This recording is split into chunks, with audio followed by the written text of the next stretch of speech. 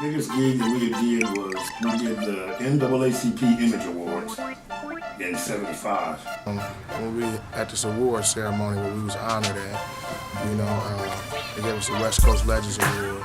He wanted to make us the West Coast Outcasts. He just kept telling us, how can I make you guys like Outcasts, but a little bit different? The Black Power movement was still in effect at that time. Kind of like, so everything was kind of Afrocentric. I never played the bougie role and went Hollywood and was unfound. In 1977, we went to Japan for the first time. But my first musical influence memory period was my mama singing in church. New Hope Baptist Church on New York.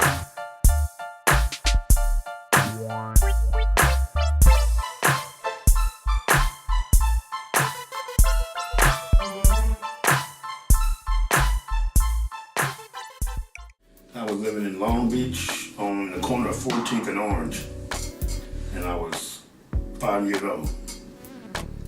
We had a piano in the house. My sister was taking piano lessons, and she did it for about a month.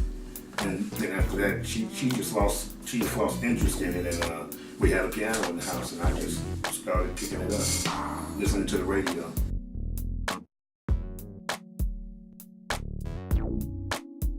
Willie Jenkins, I met him in kindergarten. We were like best friends at the time. And he started playing drums in junior high school. So that's when we started.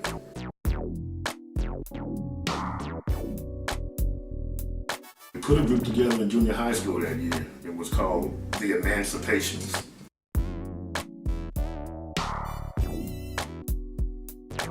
Right after high school, some guy from Hollywood came down and auditioned us in the drummer's mother's backyard. And he had a singing group that was called the Jackson Sisters. They were out of Compton. At the time, they had a record out, and they were doing the Don Rickles show and Soul Train and all these shows. And they needed a band to go on tour. And we got a chance to go on tour with them down south.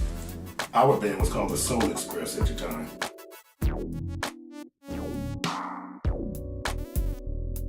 Oh, that was definitely war. Yes, they had the rehearsal hall for like a number of years down on Hill and Cerritos. And when they moved out and made it move to Hollywood, we moved into their rehearsal space that they were using.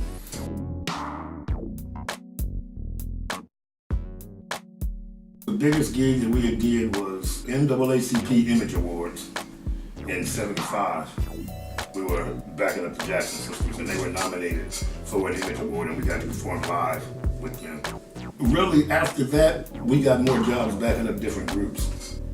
We were called THEM, which was the Higher Evolution of Music.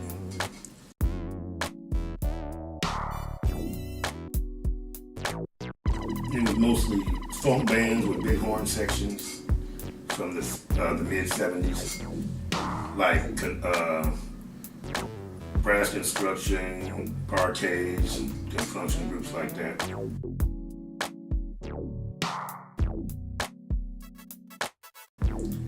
Everything was basically geared towards funk music at that time. It was geared towards like a lot of costumes, dancing, and singing and playing.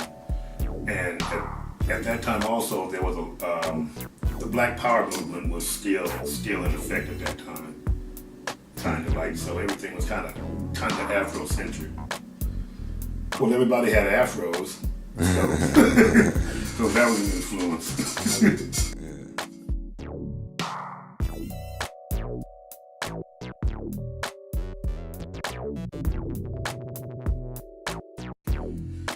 There was another band at the time that was in Long Beach, and they were called Above and Beyond. Well, at that time they were called the Exciters Unlimited. They would later change their name to Above and Beyond, and they were like our rival band across town. And they ended up losing 2 members, had quit their group to join other groups, and we ended up merging together, the 2 groups, and we became Above and Beyond at that point.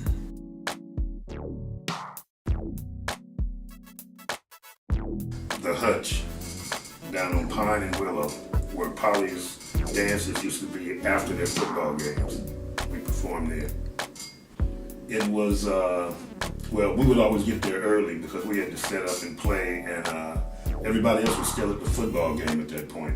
Right after the game, everybody would just start streaming in, little by little, you know, until it was packed, and they would have the dances. Polly's Canteen, you know, the hutch, and it was the place. Wilson had the Bruins Den over there in Recreation Park that they had theirs at, and we were at the hutch. Ah man, I was born 1972, you know, September 1st, Virgo in the building, you know, right at St. Mary's Hospital. I am Long Beach, you did? I didn't move here from no place else, you know? I didn't migrate here when I was a baby.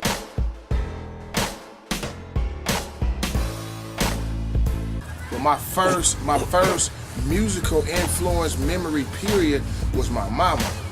Singing in church, you know, New Hope Baptist Church on New York.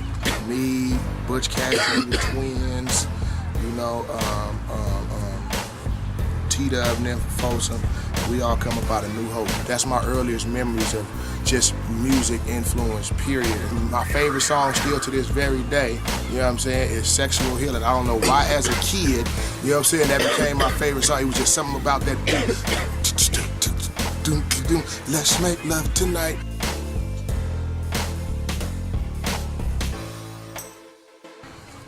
Well, I was just telling this story the other day, ironically. You know, when we at this award ceremony where we was honored at, you know, they gave us the West Coast Legends Award, and I was just telling the people how it was two school, you know, initially at a trip to the beach. We was on a double date to the beach. You know, and on the double date to the beach, you know, I used to always go around there, you know what I'm saying, because these are homies from the block. These my friends, my childhood friend. So I used to always go around the corner to see my grandmama's house and just over there and chill, you know, and we used to just rap all together. You know, they was already doing their thing as a group. They had a group called 3D. But we used to have freestyle sessions, which was for real freestyle sessions where we would cut on other people's music and be in the back of the shack and everybody just bust. Let's get back to the basics. Bank rolls and foreign cars that look like spaceships. They heard I'm leaning, put in rotation. They ain't know about the pot. I've been in the closet with that. Hey, look, this money gon' come. I tell my niggas relax. And they ain't know about the till I put it on wax. I'm trigger happy, act goofy, then my gun gon' clap. I'm on the move, I stay going where the bankroll's at. I seen you hit the town, she bring a bankroll back. Yeah, they always asking why your pants so fat. Cause it's money in them, gun in the denim. I'm on now the I'm acting funny with them, couldn't hold it down. I'm stressing out, now I'm taking dresses off and I'm stretching out. And I'm out. I left my whole family in the mouth. They say I cut my hair, now I'm not the little kid with the braids. I might just grow it back cause I just went through a phase. My mom, that's why I puff on the haze. For my locked up or laying dead in the grave. Everybody wonder why I don't talk much. I wonder why everybody talk too much. You need to get your moves up, bro. Get your moves up in 2-1. Two Scoop, I guess, really caught on wind of it and really paid attention and focused on it. So one day at Bosa Chica Beach, we was out there on the double day. He was like, man, you gotta be from the shack, man. You need to rap with the shack, man. You know?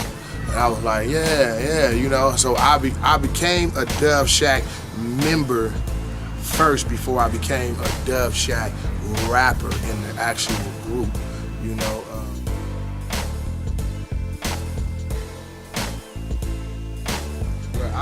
I was born on the east side. He was born on the east side. We was raised Baby on the Kurt east night. side. You know what I'm saying? You know, True East Sider.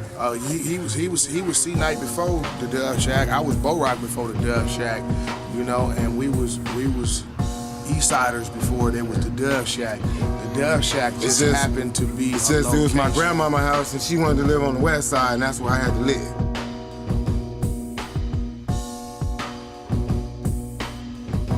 It was a Long Beach tradition, you know. Shout out to the homie Radio, rest in peace. You know what I'm saying? The whole TFA crew, you know, the twins had they crew, you know what I'm saying, which was perfect.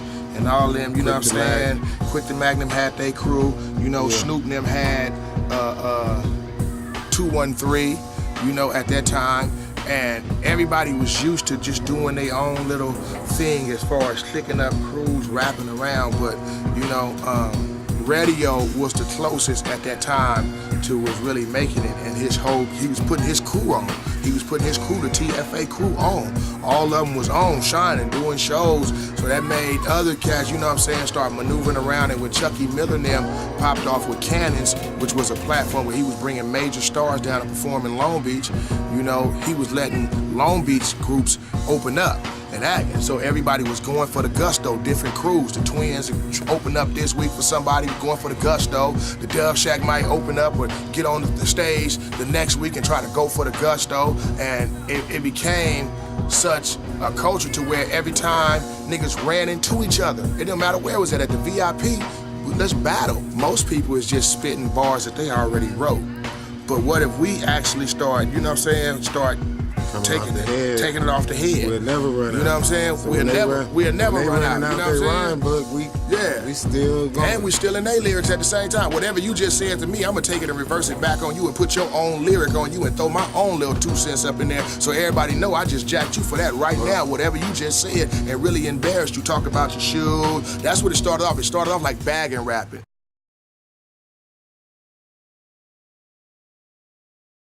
The influence of gospel, the influence of R&B, this is the home of Thelma Houston. We had a lot of greats that come up out of Long Beach, or music was influenced through these city streets, even all the way down to War. War used to run through these blocks, so it goes back, Mary Wells, used to run through these streets, Arthur Brown, it's like a rich history here, in culture and in Long Beach music, from blues to jazz to all the way, you can even say mariachi music, because it's always been a large Hispanic culture in Long Beach. So it's just a combination of combining music, horns, when you got great producers like Warren G and Daz and Superfly, they make beats and they use a bunch of instruments, Coty and all them cats, they use a bunch of instruments. It's just not, early hip hop used break beats. I know y'all know what them is, break beats, when the DJ used to scratch, and most rappers rapped on the break beat. Well, when G-Funk came out, we used everything. Warren G, Regulate. Look at Michael McDonald, you got piano up in there. You look at some of them songs, they got the flute up in there, they got the trumpet up in there, they got the saxophone up in there. It's not only keys up in there, you got a bunch of instruments. You got percussions up in there, which we, as far as G-Funk, got influenced by the Parliament culture, very heavily. So a lot of percussions up in there that you hear, them bells.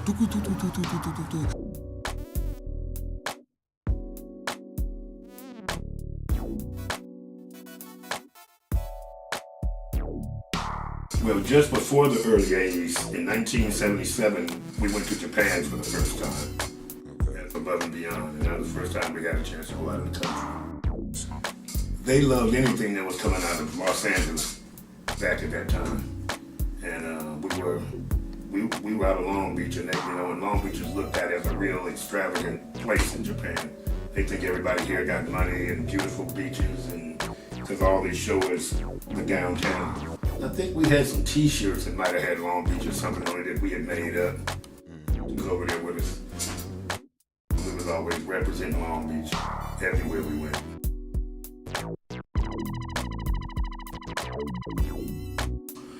Well, we were in Japan, like I said, in '77, and the bass player, Donnie Sterling, was over there with us, and we all started in my garage back in '69. So basically, the same group was intact. And when we went over there, Donnie got a call from George Clinton to join Parliament Funkadelic.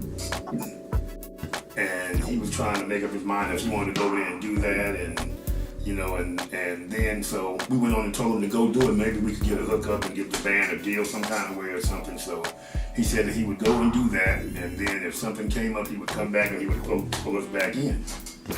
So he went to he went to Detroit for like maybe 2.5 years. He recorded and produced and worked with Parlet and a couple other groups. And he came back here in 1981. No, he came back here in 79.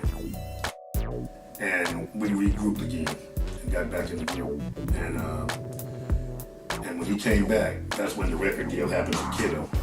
We changed our name from Above and Beyond to Sterling Silver Starship, which was the name that George Clinton came up with for the group.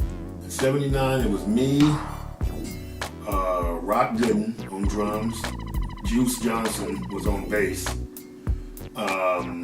Leroy Davis was on saxophone, Carl Massey was on trombone, Lamont Payne was on trumpet, Jeffrey Quest was on guitar, and I was on keyboards. And in the middle of the record deal, the record company decided that they didn't want the full horn section. So they X'd the trumpet and trombone and they kept the saxophone.